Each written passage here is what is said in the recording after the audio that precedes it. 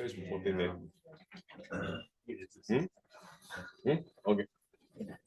Thanks. So, good afternoon, everyone. It is our pleasure to welcome Dr. Helena Seibicke to deliver today's lecture on a crucial topic at the intersection of science, governance, and climate policy. Dr. Seibicke is a postdoctoral researcher at the Department of Political Science at the University of Oslo, where she examines the role of expertise and knowledge in policy-making processes. Her work critically engages with how scientific advisory bodies operate within national and supranational governance frameworks, influencing climate policy debates through agenda setting, framing strategies, and the strategic use of expertise. Dr. Seibicke's research trajectory has been deeply rooted in understanding the institutional dynamics of scientific advisory mechanisms.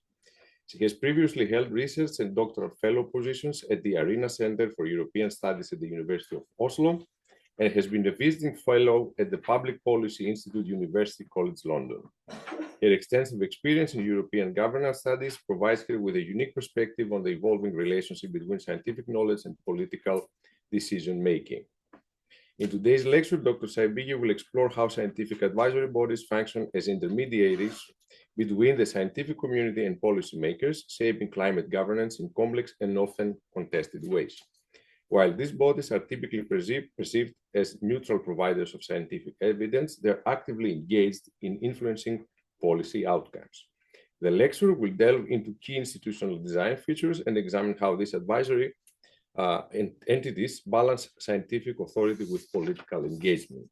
Using the European Scientific Advisory Board on Climate Change and the Greek Scientific Committee on Climate Change as case studies, Dr. Seibicke will analyze their positioning within national and supranational policy-making structures.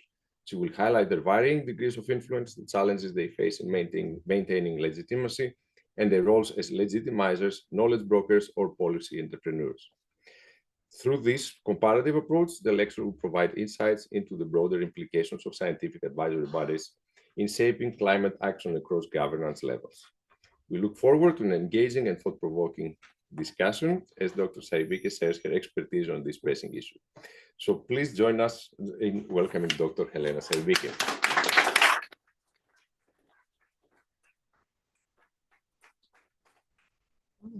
Thank you very much for this really great introduction. Couldn't have said it better. I think I can just leave it at that and we can go. No, but thank you all for coming. I know this is not your usual fare, but also for those who are participating online, thank you for coming, and thank you for the NIA and Pascalis for giving me the opportunity to present today and to actually be here as a research affiliate for the second time. Yes, so as was just mentioned, my name is Helena, and let's see if this works. Of course it doesn't. No, there. So I'm a postdoctoral fellow at the Department of Political Science at the University of Oslo, and I'm affiliated with this research project called Accels. And basically what we try to do in this project is to understand how states can design public organizations, policies, and practices to accelerate to net zero, which is basically what we want. We also tried to understand what, as political scientists, we can contribute to the field of climate research, because that's not a very big field yet. And then we also want to specify some designs, political, administrative things that states can do to accelerate to net zero and to improve climate action. So we have a lot of international partners, but underneath there you can see the project team from the University of Oslo. Yes, so just to give you an overview of what I'll be talking about today, just gonna start a bit generally why public administrations or national governments and supranational governments establish scientific advisory councils in the first place. I'm going to give you an overview of the EU's climate governance framework.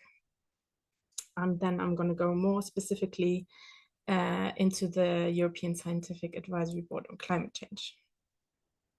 And then, because we are in Athens, I will also try to talk a little bit more specifically on national climate councils and what I have found out about the Greek Special Committee on Climate Change last time I was here on my research visit. Yes, so climate change advisory bodies are rapidly proliferating around the world. They are often mandated through climate laws or other statutory texts. And in Europe, for example, they have emerged as pivotal actors at the national and supranational level. So there are different reasons, though, for why these bodies are set up. And one of the rationales is obviously to base policymaking on scientific evidence, because policymakers often lack specific knowledge, especially when it comes to complex boundary spanning issues like climate change. Then experts are brought in to the policymaking process in order to make sure that the policies are scientifically sound. That in turn should enhance the legitimacy of the policies and also increase public trust in the policies, and hopefully also the buy-in by the population in terms of having to follow some rules that might kind of infringe on standard of living or lifestyle choices. Yeah, and like I said, the policies on things like climate change are very complex and difficult to coordinate. There are a lot of different actors involved. So basing and getting the scientific advisory bodies involved also helps with navigating through these very complex and multi-layered issues. And we shouldn't forget, as a political scientist, we always see interests and strategy lurking in the background. So of course, this is also a rationale that can be part of the reason for setting up these bodies. Institutional isomorphism and global trends. Institutional isomorphism basically means that countries might see that another country has set up an advisory council and takes that as best practice and wants to implement that in their own country. So it's like a way of kind of copying institutional setups and blueprints. So I will go through each of these one by one a little bit more. So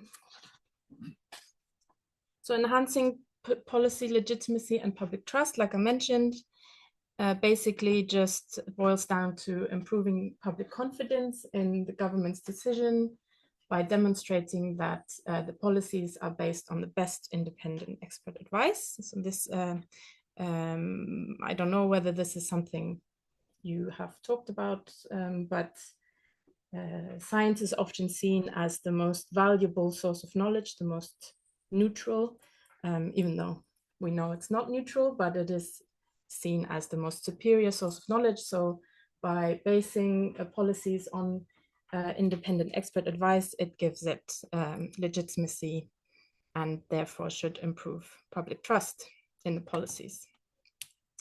Again, that then in turn also influences the political legitimacy of the policymakers and can also help depoliticize certain policy issues. So for example, if you think back to COVID, there was a lot of wrangling around the policy measures that were implemented. But if you got scientists to tell you this is what the scientific evidence says we should do, that kind of takes the different political angles a bit or neutralizes them a little bit. And usually that means that that's what policymakers go with, very generally speaking. And it also shows a responsiveness to international expectations, for example, by complying with international agreements like the Paris Agreement, or in the EU's case, the Green Deal. So this is one rationale for setting up these scientific advisory bodies. Another one, which I touched upon, is managing policy complexity and coordination. So a lot of states have a lot of different laws when it comes to a lot of topics, very complex topics, and national administrations and international administrations need help with navigating that. So the scientific bodies can be useful in that sense. They can provide structured guidance and show, for example, trade-offs between different consequences of suggested policies, for example, when it comes to economic growth versus environmental protection. So that is often a very contentious area where politicians will disagree, and then the scientific bodies can come in and lend a little bit of neutral advice. And they can facilitate coordination. A lot of different actors will be involved, government agencies, stakeholders, international bodies. So these advisory boards can also act as a facilitator and as intermediaries between these multifaceted actors. Yes. Another reason I mentioned is the political and strategic interests, and I will come back to this later on. So one not so positive aspect would be that the advice from the advisory bodies is used to justify pre-decided policy solutions. So they can be used as kind of like a smokescreen, lending legitimacy and the air of scientific kind of basis to certain policies, but really it's just a way to window dress. But it can also then be used by politicians to shift responsibility away from them and to say, well, this is not what we want, this is what the scientists want, so we have to do this. So it's also kind of a way to blame shift if there's a public backlash. More neutrally speaking, they can provide a buffer between policymakers and the public, again, by externalizing certain decisions to these independent bodies. And depending on their degree of transparency, which I will also come back to, they're kind of faceless scientists that you can't really engage with like you would with policymakers. So they are seen by some in the governance frameworks as a useful body to establish for that reason. Now, when it comes to evidence-based policymaking, which should be the main rationale for setting up these bodies, is, of course, like I already said, that policy decisions need to be well informed. When it comes to health policy, climate policy, anything like that, we need scientists to give the best possible and up-to-date scientific evidence to make sure that policies are actually effective and not harmful. So yeah, that's basically what I said. And the scientists sitting in these scientific advisory boards also have the ability to keep up with very rapidly developing scientific and technological advancements. And they should be at the forefront of science and have that knowledge available to quickly inject into policymaking processes. The institutional isomorphism and global trends, like I mentioned earlier, basically means that setting up these kinds of bodies is now seen as international best practice. And for example, I hope you have heard of the IPCC, the Intergovernmental Panel on Climate Change, which advises, or let's say, synthesizes all sorts of global climate science into assessment reports and basically tries to establish what the scientific consensus is on things like global warming and greenhouse gas emissions and these kinds of things. So replicating this type of body on a smaller scale with slightly different institutional features. Because what we have to not forget about the IPCC is that it's intergovernmental.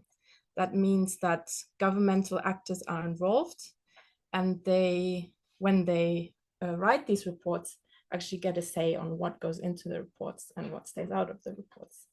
Whereas scientific advisory boards should be more independent, and so the scientific advice coming out of them is less politicized.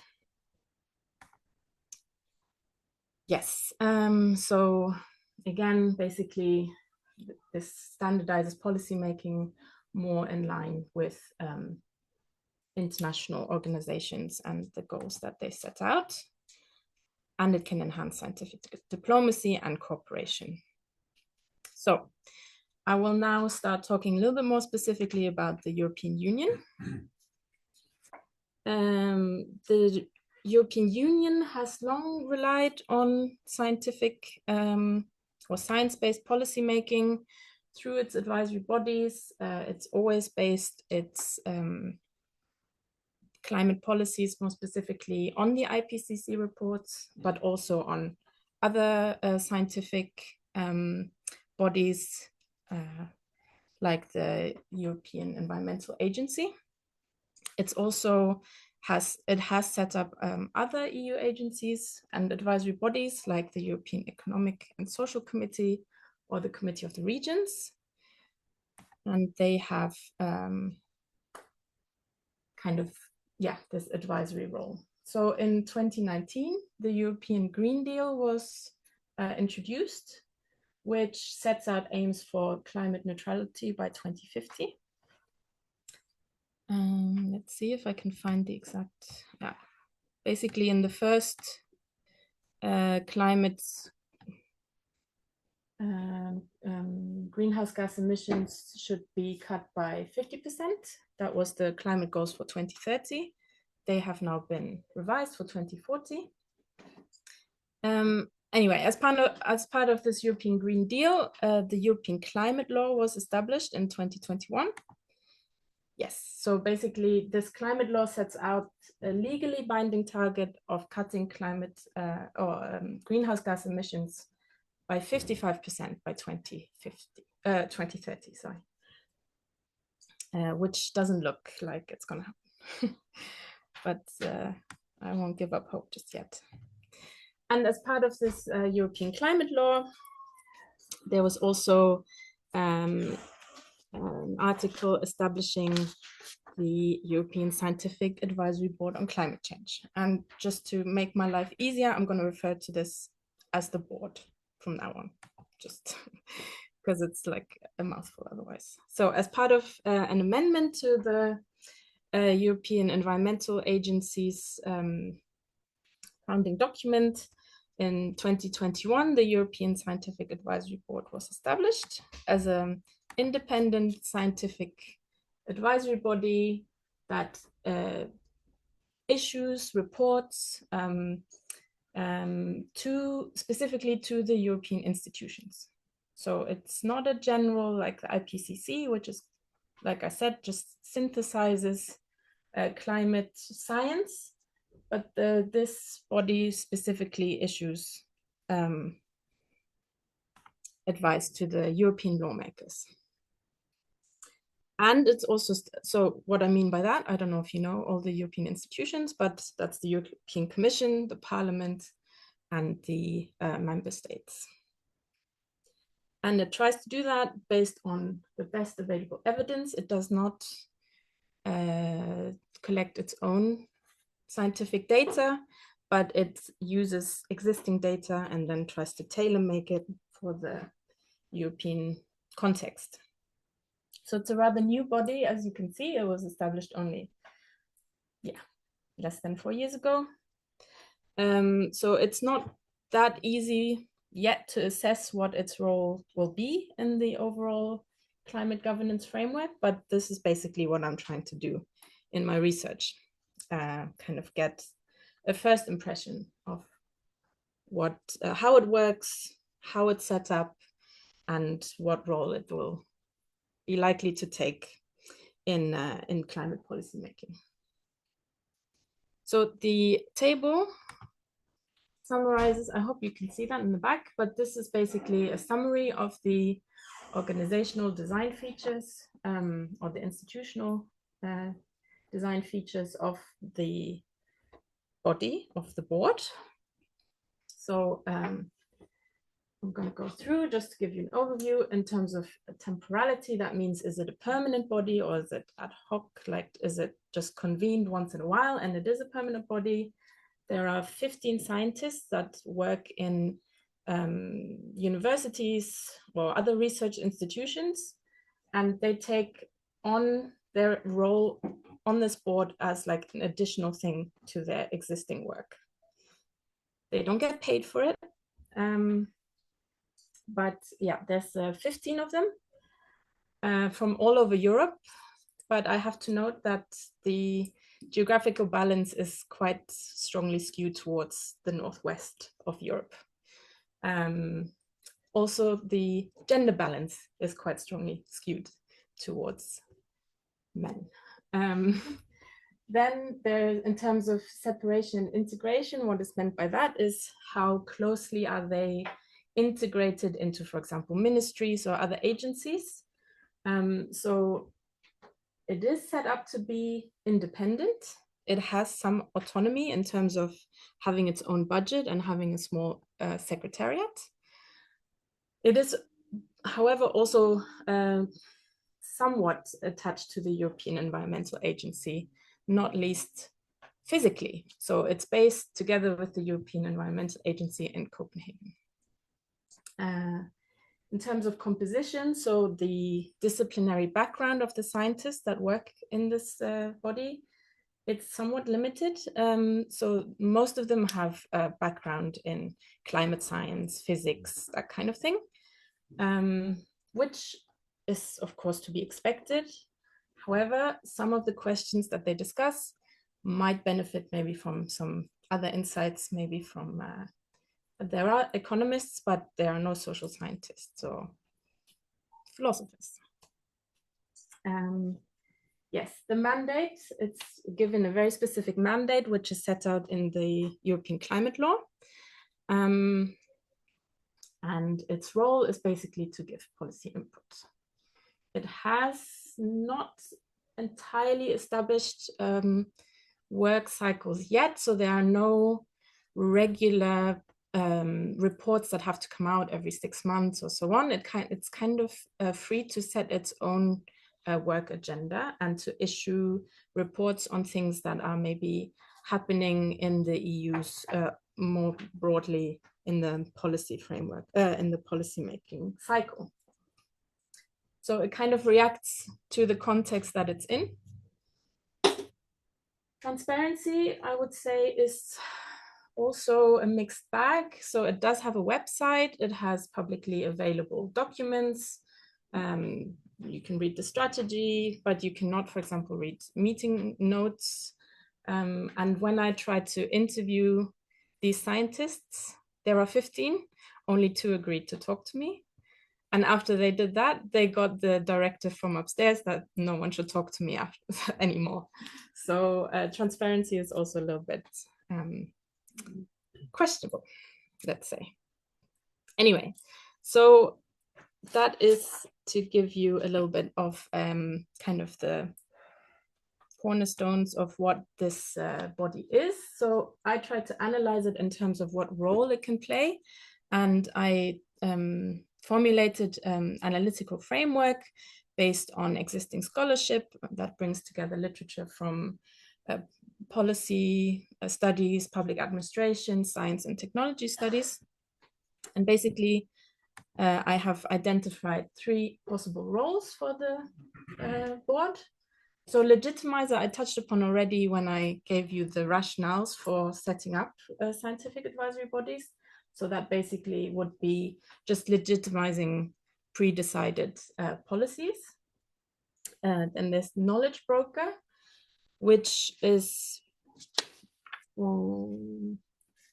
which describes basically this intermediary role that the body can take between the policy makers and the science or the scientists. And then we have a policy entrepreneur. So that is someone or a body that is a bit more active, gets much more involved in policy making and actively promotes new policy solutions and policy innovative kind of ideas. Yes. So this framework, I tried to kind of order these roles along this passive active spectrum. So up here we have the legitimizers, that's the most passive kind of role. And then in the middle, it's a bit more in between, we have knowledge brokers, and then the policy entrepreneurs would be the most active. Yes. So the legitimizers would be just issuing their advice and basically leaving it to the policymakers to do with that as they wish, and not really doing much in terms of giving any kind of direction on how to use the evidence. Knowledge brokers are, like I said, more active. They still provide the information, but they do it more with the view of translating the science into actionable kind of advice. And this is often also referred to as a boundary organization. So meaning that they kind of, are these intermediaries between the realms of science on the one hand and policymakers on the other hand. It's a little bit more active than legitimizers, but still fairly neutral, because they just function as facilitators of dialogue and don't really say anything too policy prescriptive, which means they don't prescribe what should happen with the evidence. And then finally, policy entrepreneurs are the most active. They use their reputation and resources to frame policy challenges or reframe them and to come up with policy innovative solutions to these complex problems. And they can leverage their often quite significant expertise in cloud into influence and agenda setting power, which makes the evidence that comes out of these bodies much more policy prescriptive and can also potentially have long-term impact, which could alter like norms and ways of thinking about certain issues. So that's this cognitive, influencing the cognitive side of things. So this is basically the theory. And then I went and did some empirical work. So I analyzed all the reports that are online from the board. I interviewed some people, and I also did some general kind of document analysis. So for my interviews, I would have loved to really talk to all of them. But like I said, I only got hold of 2 before they were shut down. But I did manage to talk with the member of the Secretariat as well, and the member of the European Environmental Agency. So that was very useful in terms of gaining insights. Let's see. So in terms of the frame analysis, from what I can glean from the reports, is that the board issues, like I said, ad hoc reports on certain issues that are happening in the policy cycle, but also things that they find relevant. So I did this frame analysis, and I basically looked at what kind of frames I used. So I identified a couple of frames. I'm just going to pull them all up so that you can read through. Is there one more? No. So there are different frames, again, based on frame theory. So we have diagnostic frames, prognostic, and motivational. Those are kind of standard frames that I found. And then I also found some other ones which aren't usually so obvious. So in terms of diagnostic frames, basically the board highlights policy gaps, it identifies risks and so on. Technical would be more used using scientific data, IPCC models, that kind of thing. Moral framing highlights fairness, justice, and equity questions. And that is quite interesting because, like I said, in terms of the disciplines represented in the scientific experts, they're not really possessing that kind of expertise, but they're still touching on these questions. For example, like what would be a fair share of the costs associated with climate change? Who should pay for it? Who should pay for changing industries from fossil fuels to, to renewables, that kind of thing. Legal frames pretty self-explanatory, so it has to kind of aligns its advice with existing climate laws like the Paris Agreement and so on. Prognostic basically stresses solutions that they find good and feasible. Risks, also self-explanatory, basically looks at concerns of, for example, technical scale-ups of certain solutions, the implementability, if that's a word, of certain solutions again. Motivational is basically to do with how states should actually see things, and these are kind of a little bit related, how states can see this green transition as an opportunity and leveraging that into, positive outcomes like improved public health or job creation or benefits to the ecosystem. So those would all be both motivational and opportunity frames. Right, so in terms of how it sees itself from the interviews, basically,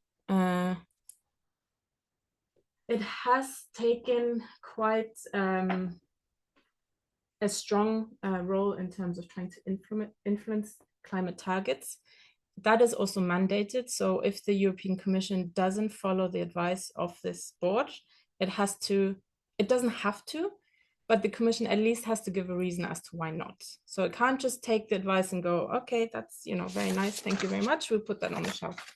So it has to at least give justification as to why they can't implement the advice that the committee gives. And for example, with the 2040 targets, so these are new targets. I mentioned before that the European climate law stipulates 55% reduction by 2030. There are now new targets for 2040, and the advisory board has advised a 95% reduction of greenhouse gas emissions, which is extremely ambitious. And so they're trying to be a very strong voice in this. So, but yeah, it does have to strategically balance between scientific and political realities. Of course, science says one thing, and then the political context is another, especially in the EU right now. and with cost of living crisis and with economic change and right-wing governments and all that stuff. So it's not that easy. It has to really navigate that policy context very carefully. So this is basically my finding, that it's more than a passive legitimizer. It does try to actively shape policy narratives. So it does act as knowledge broker, but it does have shown, in what I can see, that some traits of being a policy entrepreneur. Now, implications and challenges, just to sum up. So it's good that we have this body because it provides EU-specific climate advice. It is less general than an IPCC report, which can enhance the scientific legitimacy of EU policies, and it can also hopefully make these policies more effective. It has this certain degree of independence and should therefore be more able to fulfill its role in a way that is not, influenced too much by the political context and politicization. Challenges, however, is that it's often, because it is so small, it's difficult to keep up with the policy cycle because it wants to issue really waterproof evidence. The policy cycle can run away, and they haven't, kind of kept up with the speed of it. It needs to very carefully balance its role as being a neutral arbiter of science and taking this more active role as advocating certain policy solutions. So that is a very fine line. And of course, making sure that the policymakers then act on the recommendations, because like I said, they don't have to. So those are things that we should keep in mind. So in terms of future research I want to do is to assess the long-term impact of this body. So I'll just have to keep watching and see what happens. Now, how am I doing? Right, I'm gonna have a glass of water and move on to the national level, which will be a little bit quicker, don't worry. So, like I said, there are different rationales for establishing these scientific advisory bodies. Also at the national level, and in Europe at least, we already have about 20 to 30 in some countries, not all countries.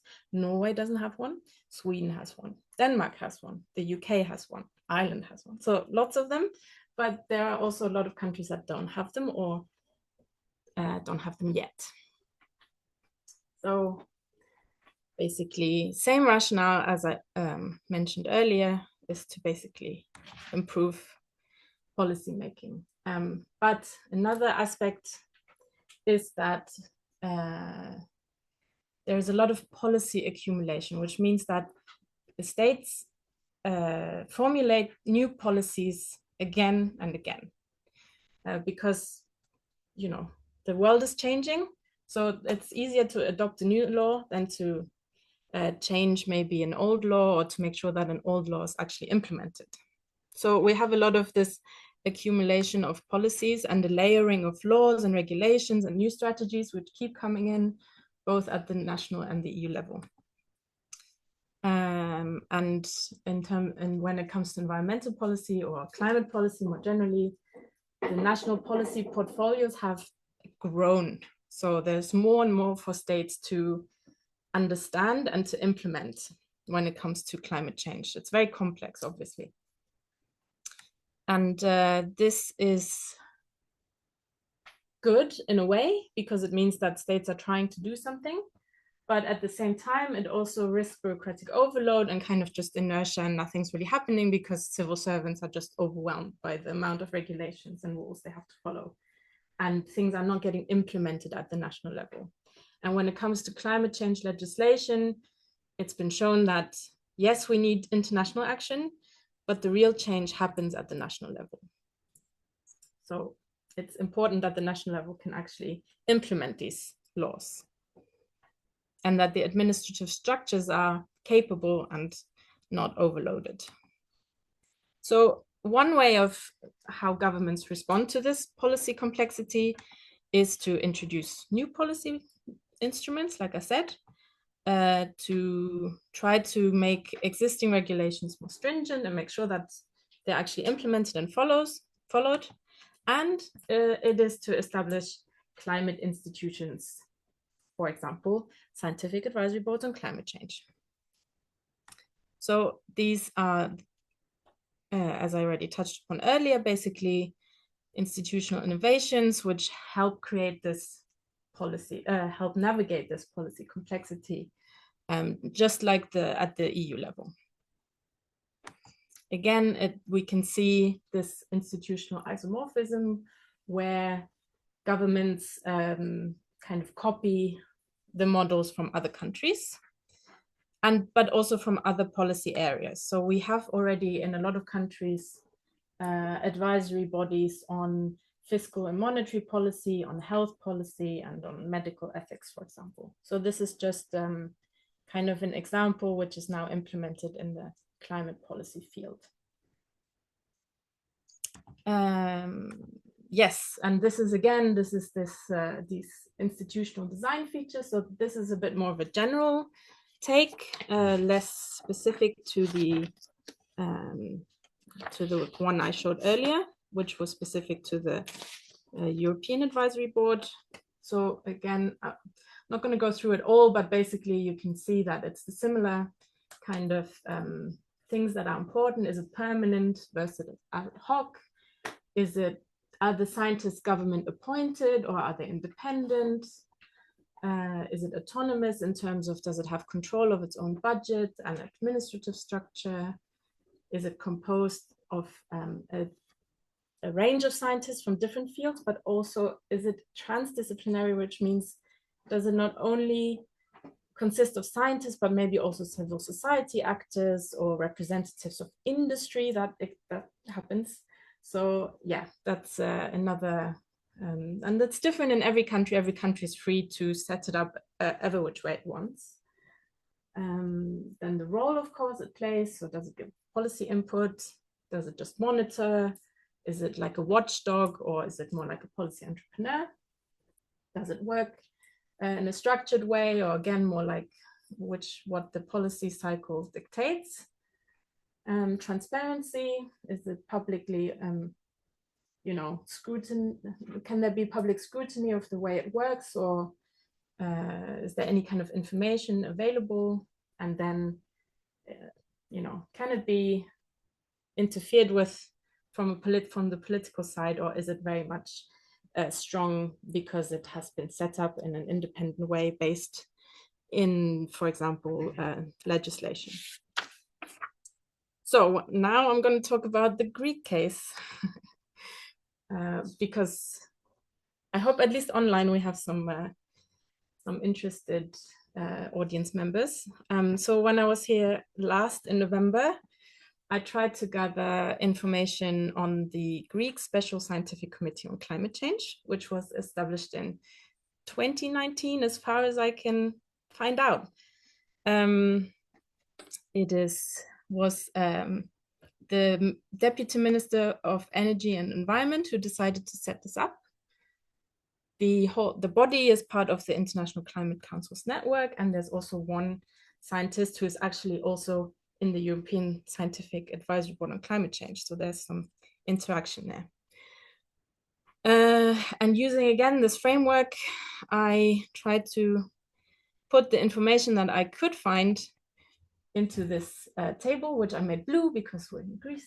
And basically, in terms of its temporality, it's a permanent body with new members being appointed by the minister every 3 years. And those members sit for 3 years, and then they either have to renew their term, they can renew once, as far as I can see, or they leave after 3 years.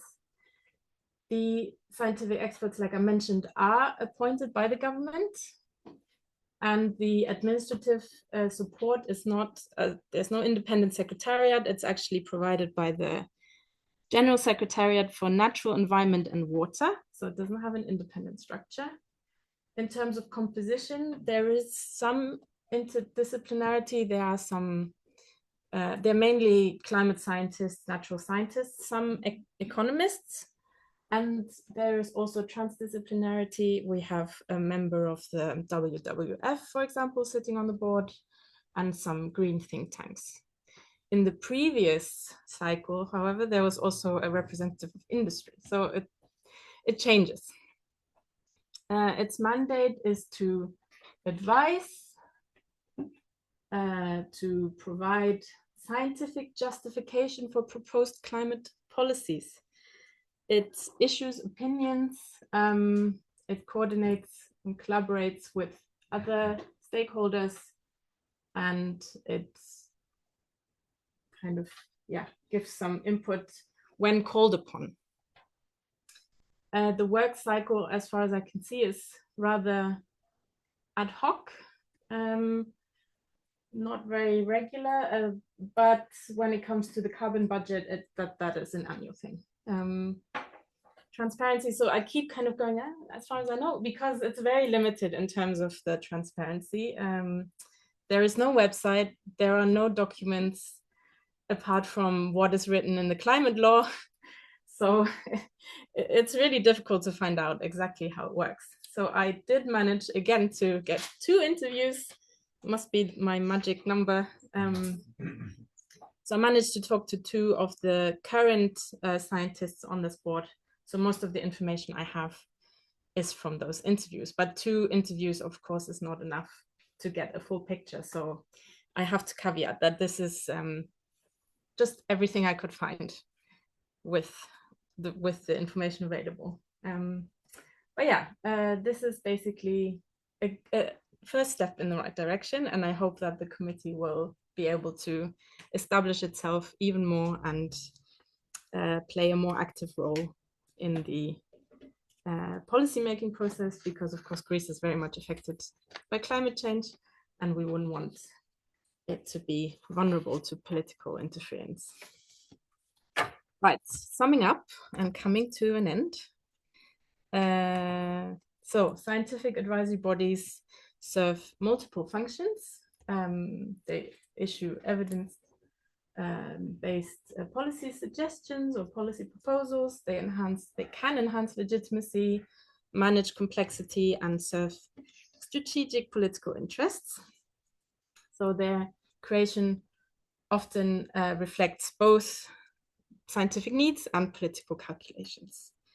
They help policymakers by navigating complex policy issues like climate change, health, pandemics, that kind of thing, and increasing the accountability, and hopefully make sure that policymakers can make well-informed decisions. Yes, but however, they are also often removed from democratic accountability, so they're not elected. They do have a very technocratic, obviously being scientific, way of working, and more often than not, it's very opaque how they work. So that can be a problem. And if they are not independent and separate from political institutions, there's also the danger that the science that they put out, basically, or the scientific advice, can be politicized and instrumentalized. So I'll leave it on this cautionary note, and I thank you very much for listening.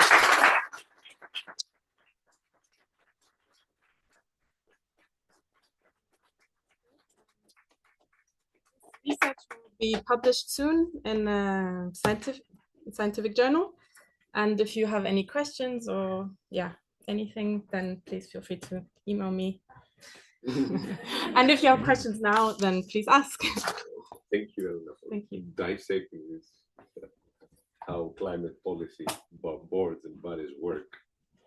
Thank you. Because as you probably realized, increases a bit on the non-transparent side. Yes.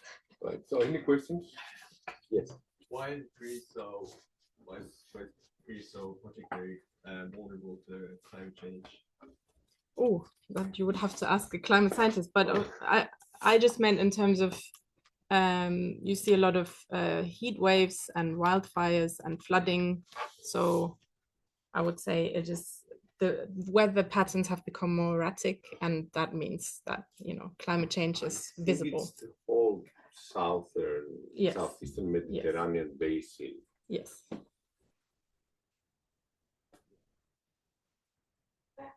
And is there like, you know, if there's like a specific reason why that transparency is so limited, or is it just that they haven't like gotten to work yet?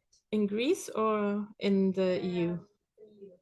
In the EU, I think there it's more a worry that if too much is known, it can become too vulnerable to political influence, or also to other stakeholders like lobbying.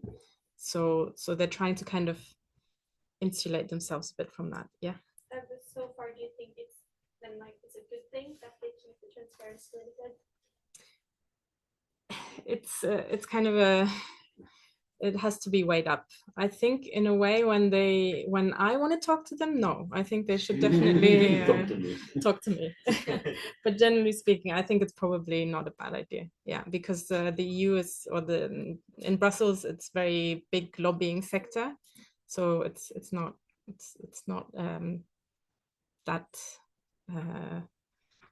that wrong, I think, to be a little bit cautious on that side. Yeah. But isn't it kind of dangerous to not make the scientific discoveries publicly available, probably in both Greece and worldwide? Well, the reports that they use, I mean, they always cite, you know, the science that they base it on. Is that what you mean, or could you? I mean, I'm wondering about like how would they try out like the transparency problem like in the near future? Because we're seeing like climate change being more and more relevant and people being more and more misinformed.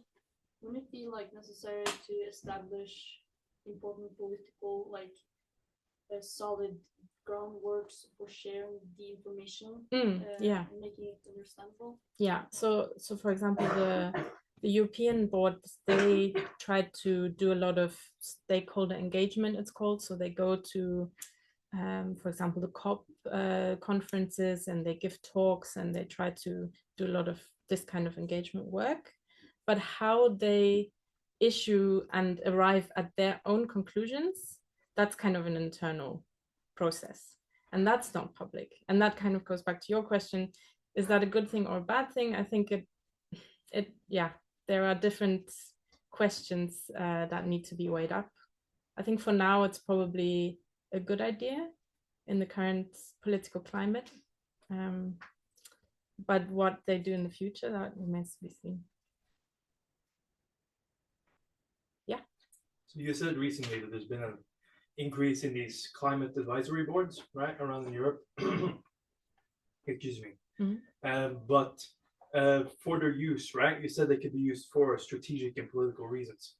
As of right now, are they being primarily used more, you know, to benefit the climate and people on Earth, or are they being used more as a smokescreen?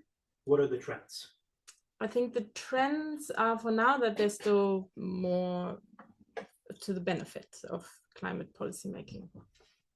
I think in certain instances maybe, or in certain national context, that is possible, but then overall speaking, I would say they are a positive influence on climate policy. Yeah. Okay, thank you. Other question? I have one about the European board. Yeah. I think you mentioned something about limited interdisciplinarity. Yes. So my understanding is basically national scientists. Yes, and economists. And economists. So no anthropologists. No, not even political scientists. Yeah. So how you would think this would be, based on the experience you have by dissecting all this, you know, what kind of disciplines do you think should be involved? I think definitely because they touch on these moral issues, and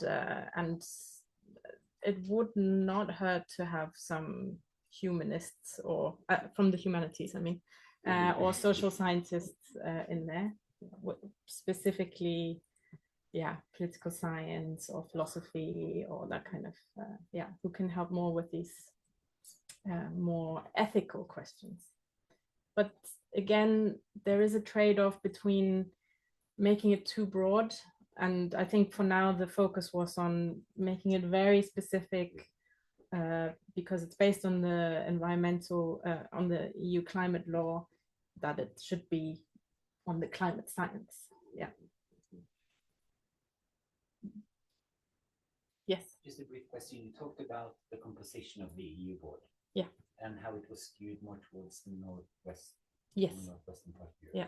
What do you think accounts for that, seeing as climate change is very real in the south and east? Yeah. Well, I think it has a lot to do with the fact that it's not remunerated. So I think scientists working in countries in the south and east of Europe, they might just not have the capacity economically to lend their time to something like this. But I know efforts are being made to change this, but I think that that is a very kind of mundane, obvious reason why. Yeah. I was wondering, like, since there are only 2 people from each like organization that wanted to speak to, yeah, do you think there was any reason for that? Yeah. So the reason, I did actually just recently in Oslo manage to talk to a 3rd scientist from the European one, but she didn't want to go on the record. And I'm not a journalist. I'm not here to, you know, like catch you out or give you a bad name in the press.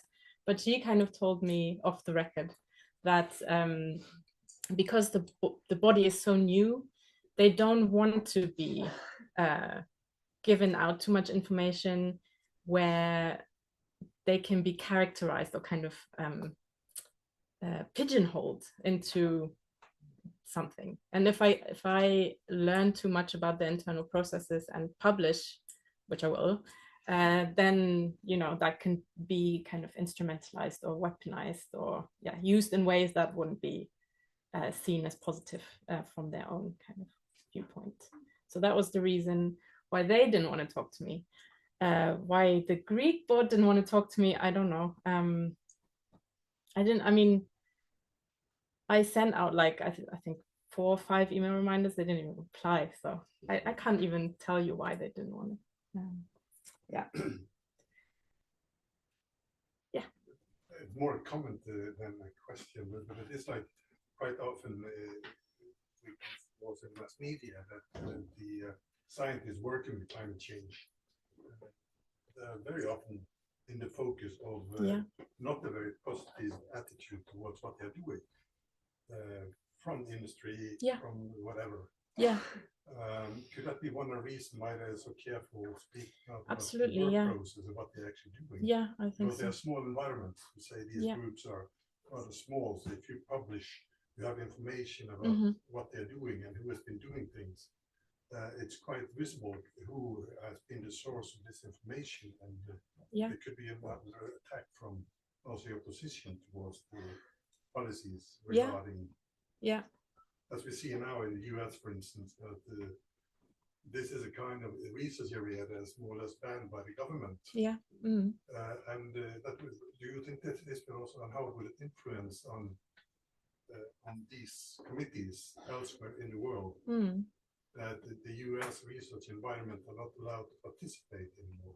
Yeah, absolutely. Do you think that would have any impact also on the work of these national bodies that are working within several areas? So to your first point, I 100% agree. I think being a public figure and as a climate scientist who's kind of vocal can be dangerous these days. So you could be targeted if, you know, again, like if too much is divulged in terms of the internal processes, that could be instrumentalized.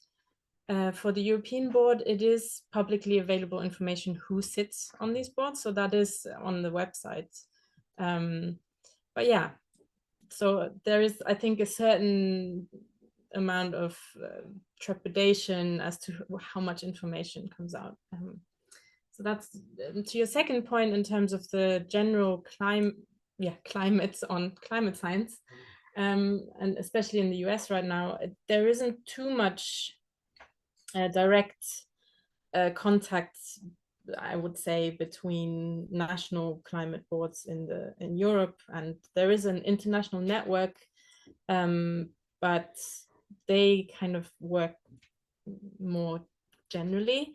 So the national boards are more closely in cooperation, I would say, with the European level, if at all. So I also talked to the Irish Scientific Advisory Board, and they were very much like, it's great, we have one at the EU level, but we don't really have the capacity to follow much what they say or go to the meetings. Or so everyone is kind of concerned with their own little patch of the world. Yeah. Yeah. You mentioned that there's more men than women on the EU board, and I'm just wondering if there's a reason for that, or if it's like very coincidental who's chosen. And I think that has to do with the disciplines where they are recruited from. Secondly, the scientists nominate themselves, whether they want to be on this or not, and then they get chosen. So I think there's already a pre-selection of women versus men, because maybe there are less female scientists in senior positions in the natural sciences generally, in STEM subjects. And then to get to a seniority level where you qualify to be on this board, that coincides with stages in life where you maybe have other responsibilities like children and that kind of thing. So I think that might just be a little bit, too much of an extra thing, or they might already have other roles on national boards, or so I think that's kind of my guess as to why that is. But again, efforts are being made, I'm assured, when I talk to them. So let's see when the next cycle of scientists comes in, if that has been addressed or not. Thank you. And thank you.